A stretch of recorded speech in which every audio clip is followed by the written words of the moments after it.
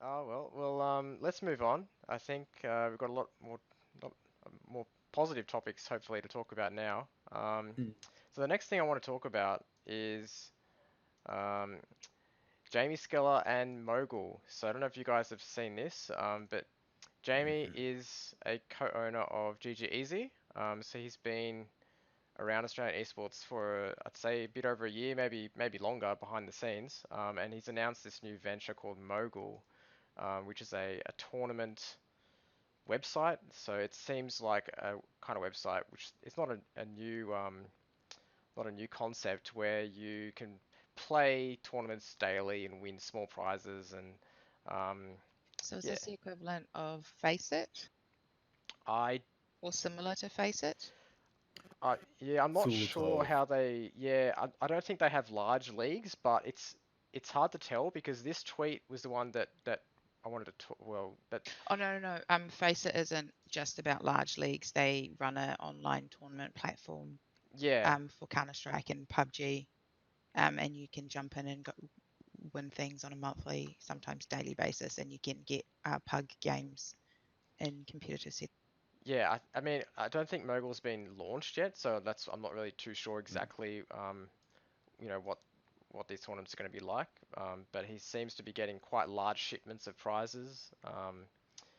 So this tweet he said he's got 18 Razer keyboards worth $4,000 each. So that's for a tournament website like this, which normally has quite small prize pools, that seems to be a pretty big step up for our region, and it seems to be targeted Ooh, specifically at our region. Um, bloody hell, that's quite a prize. Far out. I do believe Mogul has been around for a while. I believe they did quite a bit of testing in NA mhm. last year. Um, So maybe this is just their OCE launch. this is sort of the OCE launch, yeah. Okay. And I have I have seen quite a few and spoken to a few players that have been playing in their Apex practice leagues at the moment, and it feels very much. I believe there is a partnership with Razer, because Razer have their own, I guess you could say, cryptocurrency, something like that. And yeah, you can win prizes, and you can either put in, it's like $5 per person, and you get 200 back if you win the Apex head-to-head league or however that goes. But you can also get Razer coin back as well, which is that Razer Okay. cryptocurrency. I had no idea they did that. So That's interesting. it is interesting, and I don't know it. I love this sort of stuff. I love the expansion of esports, but my personal worry is if and when Mogul has its own launcher. So this is going to come back to the good old ECA days where ECA had a crypto miner in its program Oh for yeah. 6 months. Yep. Now, Razer launched at the end of last year their own crypto miner, which you can opt into. You don't get anything for it except for their Razer Silver. So that's not the actual Razer crypto, that's another sort of online fake currency that they run. And basically, if you have Razer Synapse and you leave your computer on all day, you can opt into it. They crypto mine out of your computer and you Mm. get some fake currency in return. And that's where my sort of worry comes in with Razer. Because Razer used to have its own tournament platform and they've got rid of it. I think it was mid last year before Mogul started up in NA. And that's where my sort of fear comes in of, are Razer going to partner with Mogul and try to force, or I guess not really force, but more push their whole. I want to actually find out the name of this now. Sorry. Mm. I mean, how popular are these platforms? Because, is that the reason why they shut it down? Maybe it wasn't profitable for them, and they felt like the crypto way of was an easy way for them to make money. I have a feeling. Oh, I know Mogul's popular. Mogul, their tournament for Apex, I think they max it at 32 teams, and they 32 or 64 teams, and that's Is a lot of that's in players. NA? No, that's in Oceania, Oh and they wow, fill it. They fill it. wow. I think it's every Friday night from memory. That's a Um, lot. Wow. Yeah. So I'm actually launching Synapse now to try and find the name of this program. Yeah, I actually Yeah. have like crypto and all that. I have that muted on Mm. my Twitter because I really am I'm sick of seeing people plugging scams. So yeah, I remember what happened with ESCA, and that Hmm. was a few years ago. Um, Yeah, was that 2015, 2016? yeah, it was a while Um, ago. It was before the boom, it before the was crypto before. boom. What happened? So ESCA had like a well they still There's a do. They have like Bitcoin. a program where you open it up and you can join games from their program, and within like the source code they had like a miner, a crypto miner, which was hidden. So people eventually found out that they were basically secretly mining Bitcoin from your computer when you install their software.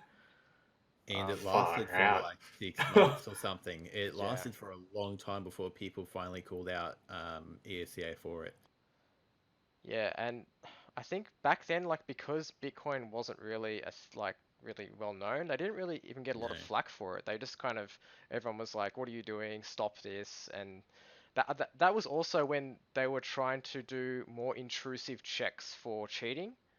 that's exactly it. Where they wanted to opt in to basically they were going to put in a system where, and I believe from memory, coming into CS, when you get to rank S, that's where all your tier 1 tier 2 pros are at in your NA and EU scene. Hmm. They actually wanted to do something where to be able to rank up into rank S, you had to abide to a new terms and conditions, where basically if you had too many cheat reports put in against you, they then had permission to basically scan your PC, go through your private files. Mm. That's something they wanted to do.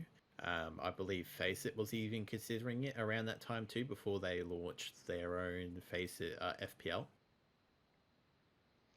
Yeah, But I'm not sure if that I don't ever think it really happened in happened. the end. I think too many people said no, we're going to boycott this, and I don't think it happened. But yeah, it's just from memory, like it wasn't even that. It kind of just was on Reddit for maybe a week or two. ESCA realized they messed up, they took it out, and that was the end of it. But I think if that happened Mm. these days, like there'd be a massive It would be PR huge, spiel Oh, about it. massive. especially. For privacy like, let alone just privacy reasons. Mm.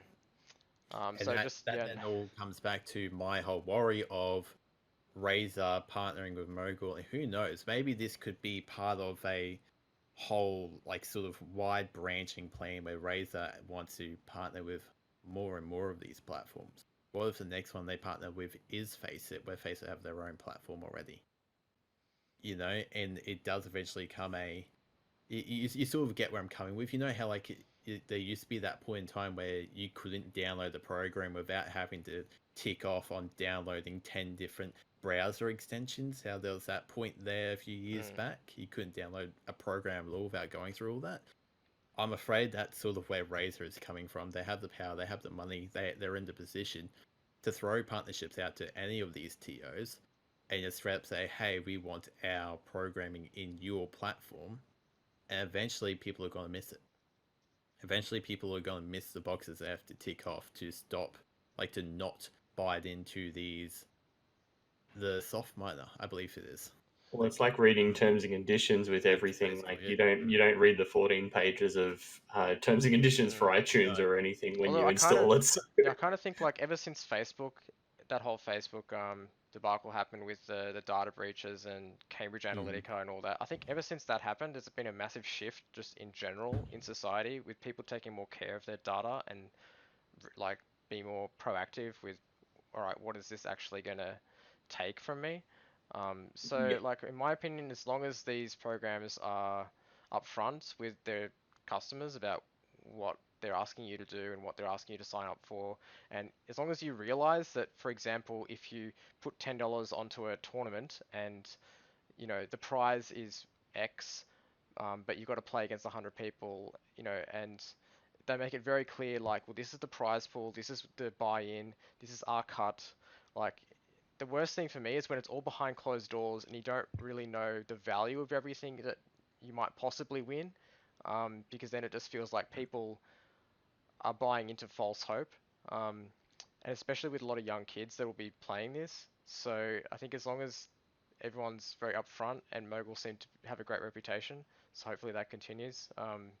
Then it should be great, and it already seems like it's very popular in the region. So, and Jamie as well is someone who I think has a great reputation. Oh, definitely. He has a lot more to lose than to gain, Yeah, letting yeah. So I'm very Razor confident with him. move through, you know? Yeah, very confident with him behind the helm that he'll be driving it in like an ethical direction, which is great for us as a region. And also he's someone who's supported ANZ Esports, for a while. So it's great that to have him behind another venture.